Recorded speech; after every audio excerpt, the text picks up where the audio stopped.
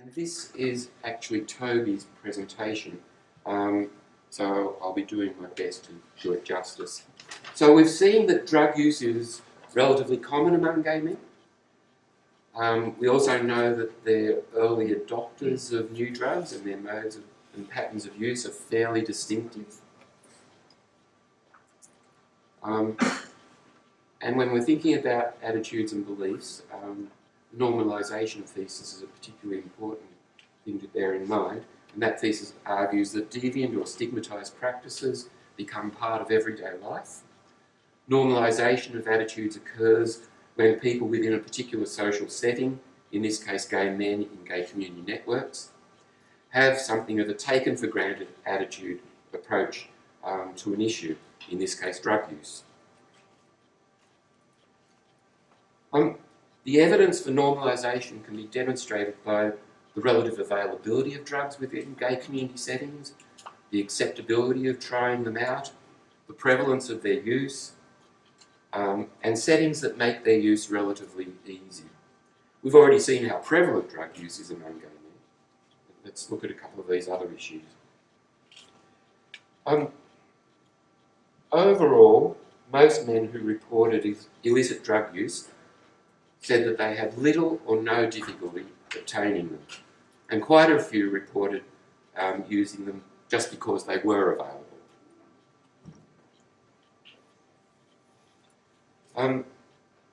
About a quarter of the men expressed some interest in using drugs that they had not yet used, particularly among the younger men, which is of course to be expected because they're less likely to have tried most drugs. Even among the minority of men who had never in their lives used any drugs at all, nearly 1 in 8 nonetheless expressed some interest in trying them. So certainly some evidence there of interest.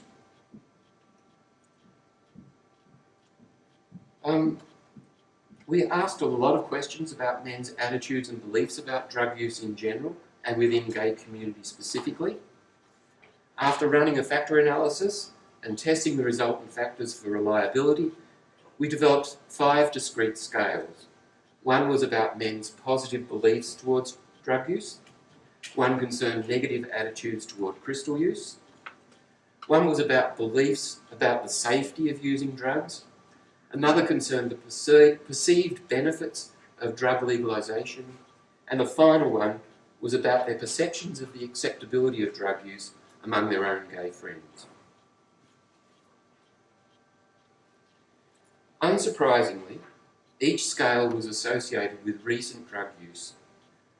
Those who used drugs held more positive attitudes about it, were less negative about crystal, felt that drug use was relatively safe, could see greater benefits from legalisation, and perceived their friends as being more accepting of drug use. Nearly 2/3 of recent party drug users reported that it was acceptable to use drugs with their gay friends, whereas that was true of only 1 in 5 men who had not used party drugs. Being in friendship networks where drug use was more acceptable was also associated with greater social engagement with gay community in general and with being HIV positive.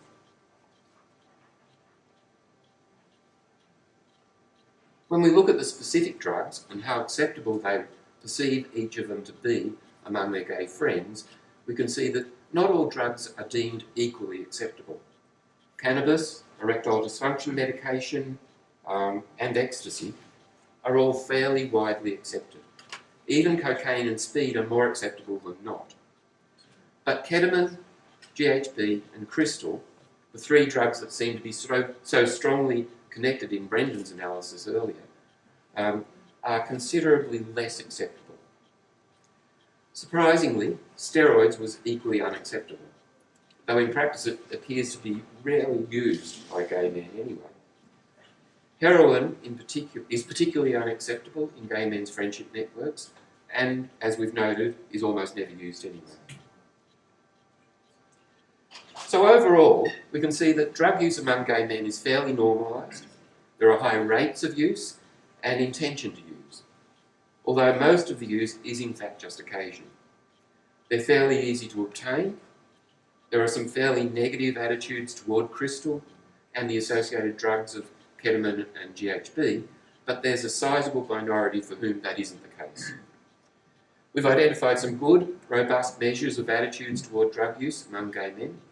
Brendan's analysis has already identified some key groupings that might describe particular networks of drug use, and we've seen how being immersed in friendship networks of gay men who use drugs is a key factor in understanding gay men's initiation of drug use over time.